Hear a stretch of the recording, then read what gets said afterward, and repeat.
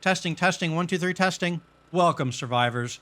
This is Eerie Knight of the Pseudo Posse, and in our last video, we went deep into the weeds on scream respawning mechanics and the heat map. I received many wonderful comments, questions, and ideas around the topic, and I thought the perfect follow-up to that video would be to discuss ways of passively and proactively protecting yourself against screamers. If you haven't seen the video on screamer mechanics yet, don't sweat it, as I'll give a quick recap to get everyone on the same page. Here's the simple summary. The world is split into chunks, which are 16 by 16 block regions extending from bedrock to sky. A 5 by 5 set of chunks, which is equivalent to 80 by 80 blocks, is a super chunk. The heat map, which controls the spawning of screamers, is shared among all chunks within a super chunk. The heat map tracks the overall attention the player has gained while performing certain actions. There are two sources of heat generating factors. First is passive heat and is tied to crafting stations like the campfire, dew collector, forge, workbench, cement mixer, chemistry station, and light sources like torches and burning barrels. The second source of heat occurs whenever the player does an action, like shoot a gun, mine some stone, or cause some explosions, to name a few.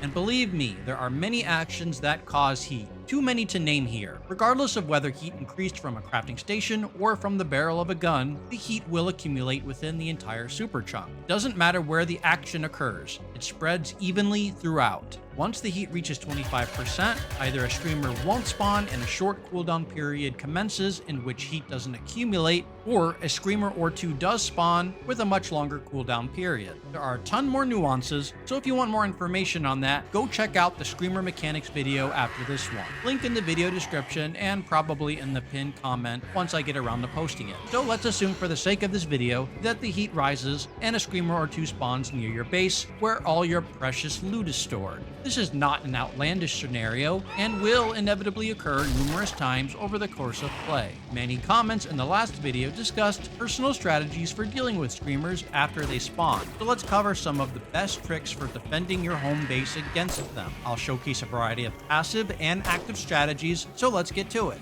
Sometimes simple is best, and that is definitely the case here.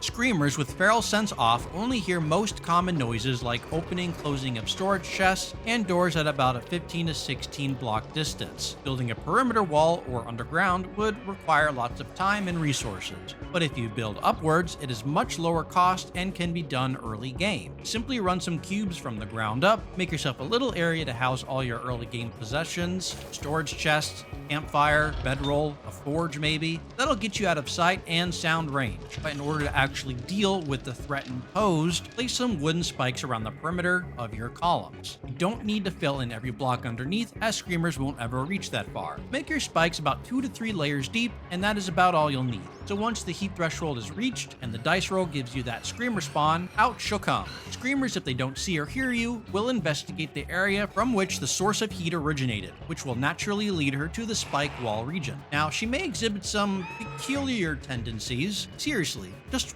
wander in. After what felt like an eternity, she finally stopped dancing and strolled into the wood spikes. And I should also point out the obvious that this screamer is radiated, which you won't see very early game. Despite that, the spikes worked incredibly well against radiated screamers. With this defense, the player can mind their own business inside and be absolutely safe from screamers. Since the heat spreads evenly throughout the 80 by 80 block super chunks, one could try to spread out their heat map into different chunks. Problem is, without using the debug console, you have no way of knowing where the borders for each super chunk are located. However, all is not lost. If you build anything with a minimum 81 block separation in between, you are absolutely guaranteed to be located within another super chunk.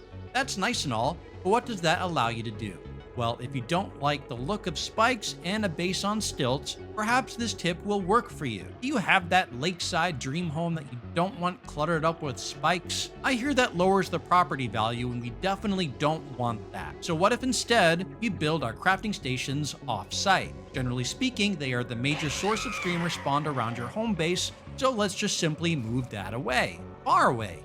81 blocks away. By building in another super chunk, we keep the heat map in our local chunk low and create a distraction for the screamers. Remember, screamers investigate the source of heat after they spawn, and if the source is far away, they'll head towards that direction instead of towards your position. You could build further than 81 blocks away if you want extra peace of mind, but 81 is the guaranteed minimum. At that distance, we can create a nice crafting station farm. Offload anything that generates passive heat there. See, as we walk toward that location, our heat strength changes. That's us heading into a decoy super chunk containing all of that heat. And look at that. Kind of looks like a birthday cake with all the torches and burning candles. Barrels, I mean. A suitable, irresistible target for the screamers. Now, you don't need all the torches. This example forge farm creates ample heat on its own. At 6 heat map strength per forge, there are more than enough to hit that 25 heat threshold. Now that we have our farm set up, time to lay the trap for the screamers. Simply dig out a 2-block deep moat all around your heat production, and place a bunch of wooden spikes to fill the space. This will be more than enough to handle the random wandering screamer. Since the heat decidedly originates from within the birthday cake, the screamers cannot help themselves but to attempt to grab a slice of it, and for their troubles, a trip into the spike moat. Ouch! That's got to hurt. Doesn't matter where they spawn from, all roads lead to the spike moat. This is incredibly effective, keeps the screamers far from the player, and allows you to sit, relax, take a sip of something cool while your heat farm takes care of everything. Incredibly simple, highly effective, and diabolical. But most importantly, our house retains its property value. Alternatively, come late game, you could outright replace the spikes with auto turrets or add them in addition. Completely up to you whether you want a higher tech option, but I think spikes work so well on their own, it really isn't necessary. But it is a viable option if you so choose. Our third step will be the last of our passive designs, but unlike the previous methods, excluding the turrets of course, this approach is not available early game. Though once it is, the design is extremely simplistic and effective. If you rather dislike building something separate far away from your main base, and want to keep everything localized, we can eschew the use of spikes altogether and go with dart traps. Now there are a large variety of setups you can do with that, but I will select something that is easy to build and requires arguably the least upkeep of those variations. I recently did a video that works insanely well with a sniper build.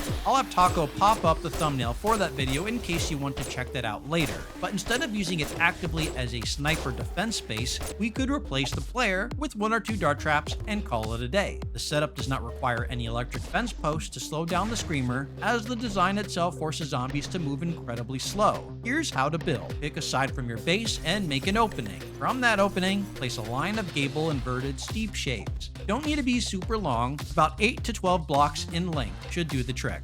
At the end, plop in a gable inverted steep end. Block out what will eventually be some stairs upward towards this path, and next place a line of cubes on either side of the gable inverted steep shapes. Optionally, place ladders on the side in case screamers are coming from different angles to better incentivize them to climb. Remember, they will naturally investigate the heat source, so they will wander up this pathway on their own, so making it easier for them increases that chance. Place your stair shapes on the sides of the gable, stack cubes 2 blocks high end to end. On one side, leave the first block empty and place ladders all the way down. On top, line it with cube 3/4 shapes except for the last block. Where we left that open, put in a wedge narrow middle shape. Interior to our base, leave a 1 block gap and place some dart traps. Leaving this gap will allow you to collect any loot bags should they drop. Optionally, you could put doors to cover the gaps. On the outside, extend the top and place a motion sensor and angle it at the entrance. And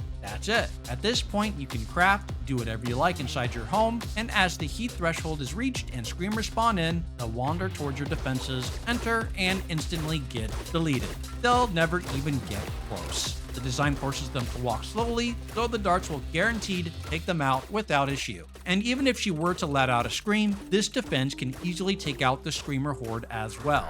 There are many options for handling screamers in a more active fashion if you want XP and potential loot bags, but pretty much anything that works as a horde base can work for this purpose. So let's continue keeping that simple. The exact same design we just used, but without the dart traps, is absolutely amazing. Case in point as to why I said the dart traps would have zero trouble taking out a screamer horde. They move so slowly down the corridor, all threats are picked off. I have to let screamers come down the hallway before a scream is even triggered, and the zombies that are spawned have no chance. I don't even need to barricade my end of the corridor. Of course, to be safe, you absolutely could, but as long as you have ample warning a screamer has come, you can easily get into position. Once you mop up the survivors, go collect any loot bags if any drop. Our last design setup is a natural evolution of our first design with the base on stilts and wooden spikes. You could either transition to this design mid to late game, or even start with it. Like I said, pretty much any horde-based design will work against screamers, but in terms of safety and ease of building, this fits the bill. Here's the layout. On top, after zombies climb a set of ladders to your elevated position, place down a few rows of cubes, followed by a pillar 0.05 meter middle, late quartered another row of cubes,